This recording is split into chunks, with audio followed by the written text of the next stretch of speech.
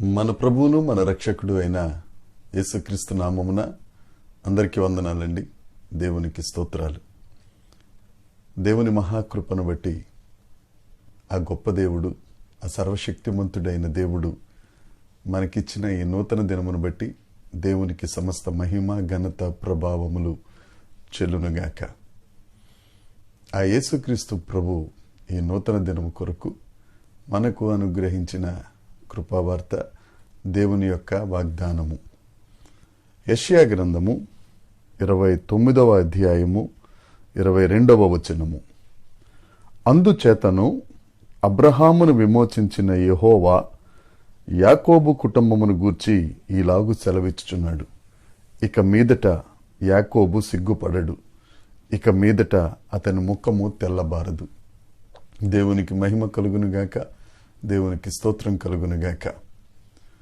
మన దేవుడు ఈ దినం కొరకు మనకిచ్చిన వాగ్దానం, యాకోబు ఇక సిగ్గుపడడు, అతని ముఖము తెల్లబారదు.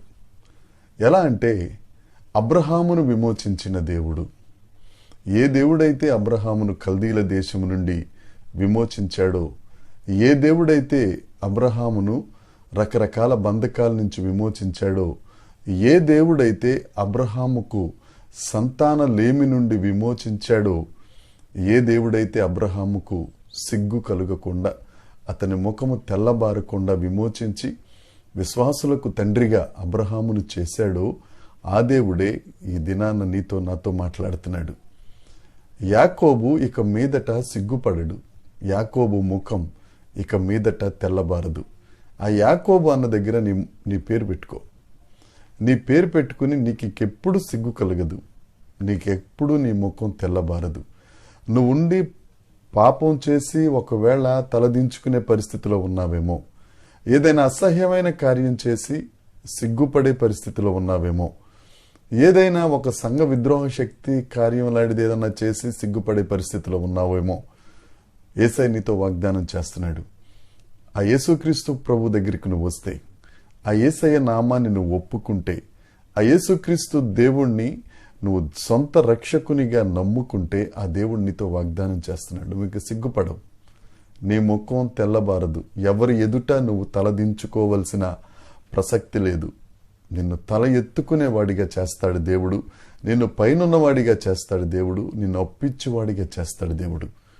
ఆ దేవుడే నీతో సూటిగా మాట్లాడుతున్న నా సహోదరి సహోదరుడా, ఏ సిగ్గుతో నువ్వు తలదించుకున్నావో, ఏ తప్పు చేసి నీ ముఖం తెల్లబారిపోయిందో, నీ కుటుంబంలోనే కానీ, నీ సంఘంలోనే కానీ, నీ సమాజంలోనే కానీ ఎవరి ఎదుట నువ్వు తలదించుకుని ఉన్నావో, నీతోనే దేవుడు మాట్లాడుతున్నాడు. యేసయ్య దగ్గరికి రా, యేసయ్య దగ్గరికి రా, ఆయన నమ్ముకో.